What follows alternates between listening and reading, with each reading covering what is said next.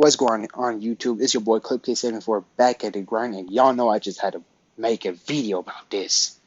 This was a beautiful morale victory, and literally,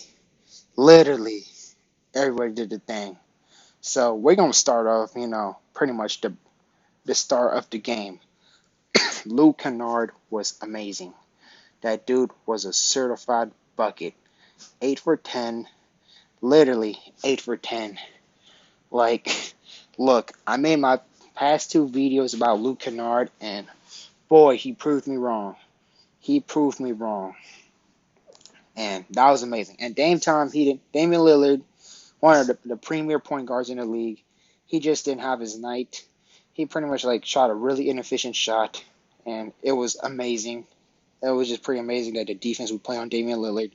Paul George got a whopping 8 steal. Paul George is going to be he's on a tear. Paul George is on a tear. But Luke Kennard, my man, Luke Kennard, what can I say? He went literally 8 for 10. 8 for 10. That is just unbelievable. Unbelievable. So, turns out Morris, the reason why he was pretty horrible is because it turns out he still had a knee injury. So, I wish Morris to fully heal his knee.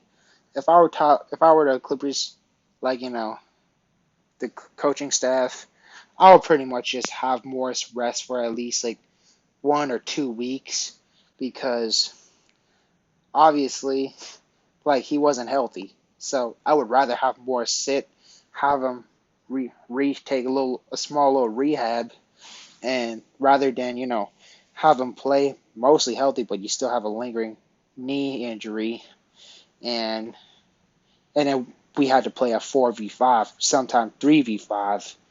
So I would pretty much rather have Marcus Morris rest and give other players a chance. Like Nick Batum was amazing. Like, dude, his versatility was on spot, and also could give other minutes, may even some to the young players, and also give some to Justice Winslow, because again, we looked pretty good tonight. We looked really good tonight. Everybody stepped up, except for Reggie Jackson, because Reggie Jackson was on a big slump tonight, but that's not really of a big problem. But because we know Reggie Jackson, on a normal night, he could bail us out. He's a bucket. He can make tough shots. He has range. But Reggie was just really inefficient. But again, it's all good because Dame was also inefficient too. Everybody has bad nights. Simple as that.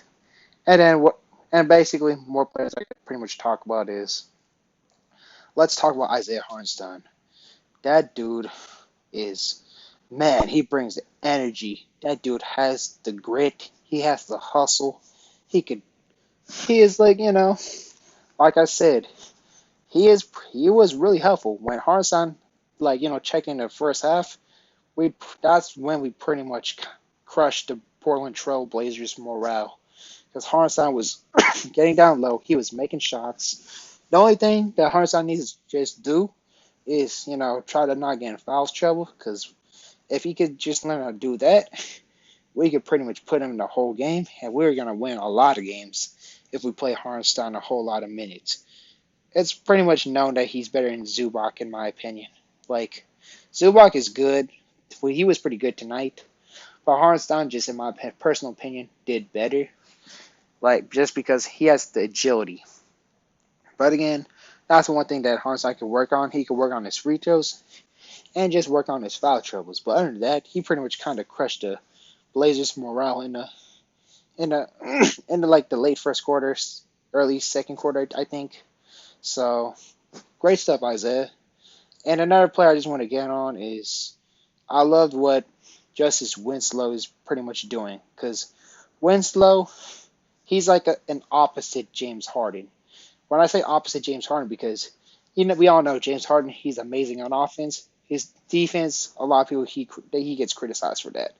Winslow, on the other hand, he's amazing on defense. A lot of people criticize Winslow on offense. So Justice Winslow, man, I see a lot of people try to shoot at Winslow. It pretty much ends up as bricks. So if pretty much if Tyloo's not gonna give minutes to Scrub and Boston, at least give minutes to like Justice Winslow during like crunch time because Winslow can help a lot. I can promise you that. That dude is just amazing. And then we could probably get on to some other players. Terrence Mann, he's not like the scorer that you would want, but he's kind of like he gives off a Drew Holiday vibes. He does every little thing. He plays good defense. He would get rebounds. He just brings in the energy. Bledsoe tonight, he wasn't scoring as much, but he brought in energy. Not as good as Pat Bev energy, but he is more athletic than Pat Bev. Like, I remember I saw one of the ball literally kind of like almost went out of bounds. Bledsoe was able to save that.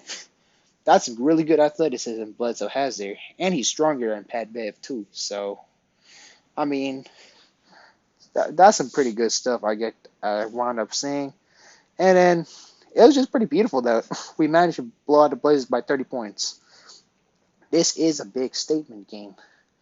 And then what's a beautiful part is I finally got to see my man BJ Boston and Jay Scrub play on the floor. Like now look, I still like I still stand by my take that Jay Scrub is probably better than Luke Kennard if you reverse the role. But I would like I said in the last video, I'm cool with Luke Kennard playing minutes over Jay Scrub for now. But I still prefer to get Jay Scrub and Brandon Boston in the rotations, like, just maybe like 2 minutes or something in the second or third quarter. Like, get kind of test him, you know what I'm saying?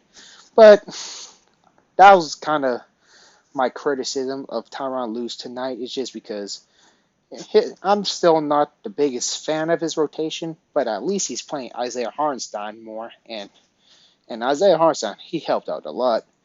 And the play style tonight was pretty good as well too. Like we moved the ball around really good, and that definitely has to do something with Ty Lue, because Ty Lue got our players to move the ball around and not much ISO, so that was really good.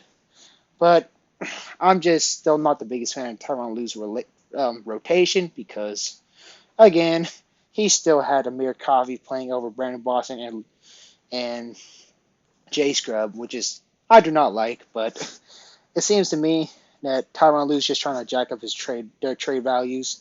And if anything, tonight, like it could be kind of like like an important event of us making a potential somewhat blockbuster trade, like a Miles Turner. So, like a Miles Turner or any versatile big in general, because that's one thing I would love the Clippers to get is a versatile big, because the only like big I really like that's on the Clippers is Isaiah Hornstein.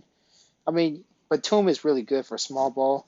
Zubac's, in my opinion, is fairly clunky. But tonight, a lot of teams are going to look at Luke Kennard, who shot a whopping 80%. And pretty much the Clippers could find teams that are desperate for who would like need shooting, like the Indiana Pacers or the Cleveland Cavaliers are the destinations that not maybe not exact destinations, but we could definitely get one of their bigs. Like hey, Miles Turner, hey, Jared Allen. I doubt it, but Jared Allen's on a long contract. But maybe if the Cavs decide to trade for Ben Simmons, they're gonna have to trade a lot of shooting. So that's when the Clippers can swoop in. Hey, you want Kennard and Morris, and then because the Cavs would want shooting, and the Sixers, they would ask for a whole lot of assets, or the Indiana Pacers, and then the Clippers could get a versatile big that could be a really good rim protector, and pretty much would help us win a lot of games. So in my opinion, this would be pretty much not only good for Luke Kennard, but again, it jacked up Luke Kennard's trade value for sure. And it could it could hand the keys to Jay Scrub and Brandon Boston Jr. Because look, I know some of y'all may kind of criticize me on liking Jay Scrub too much, but like especially because Jay Scrub didn't look like his best. He kind of missed a lot of layups and airballed a 3-pointer. But there's something I love about Jay Scrub, and it's his solid defense. Like he's able to stay on his man, unlike Luke Kennard. But when Jay Scrub, is pretty much given the free opportunity, he can also make good amount of shots. So, and Brandon Boston is just a different breed. Like, look, I know the naysayers are saying Brandon Boston is not ready to play during like real NBA minutes, but come on, bro. Brandon Boston, even if he's a cone on defense, he could be like a Tracy McGrady on offense, or he could be a Carmelo Anthony on offense. He could be a Kevin Durant on offense. That dude is a bucket. So keep a lookout on Brandon Boston Jr. and Jay Scrub, like because in my opinion they could be a future Clipper dynamic duo. Like because y'all know how Terrence Mann started out, right? Like literally last year, like November, like December, when the season started, Terrence Mann, he was solid, but he still had his young players mistake. Like remember, like when the Clippers got massacred by the Mavs, Terrence Mann literally just like freaking like didn't shoot the ball till the expiration date, the expiration buzzer. So again, like I give like maybe like around like mid December, maybe early January is when Jay Scrub and Brandon Boston Jr. will start getting rotational minutes. It'll be nice if it's November, but but hey, because maybe the Clippers can make a blockbuster trade Kennard, trade Zubac, maybe Morris if he's still inconsistent for like a versatile piece. But again, that's just my opinion for now. Great win, Clipper Nation, and hopefully I did not really forget anything to what I could say in this video. So be sure to like, comment, and subscribe, or dislike if you disagree with what I say. And I'll try to discuss with y'all in the comment section. And it's just a beautiful win. Like, what else could I say? Like, that'll just be the end of this video. And Clip Gang, don't bang.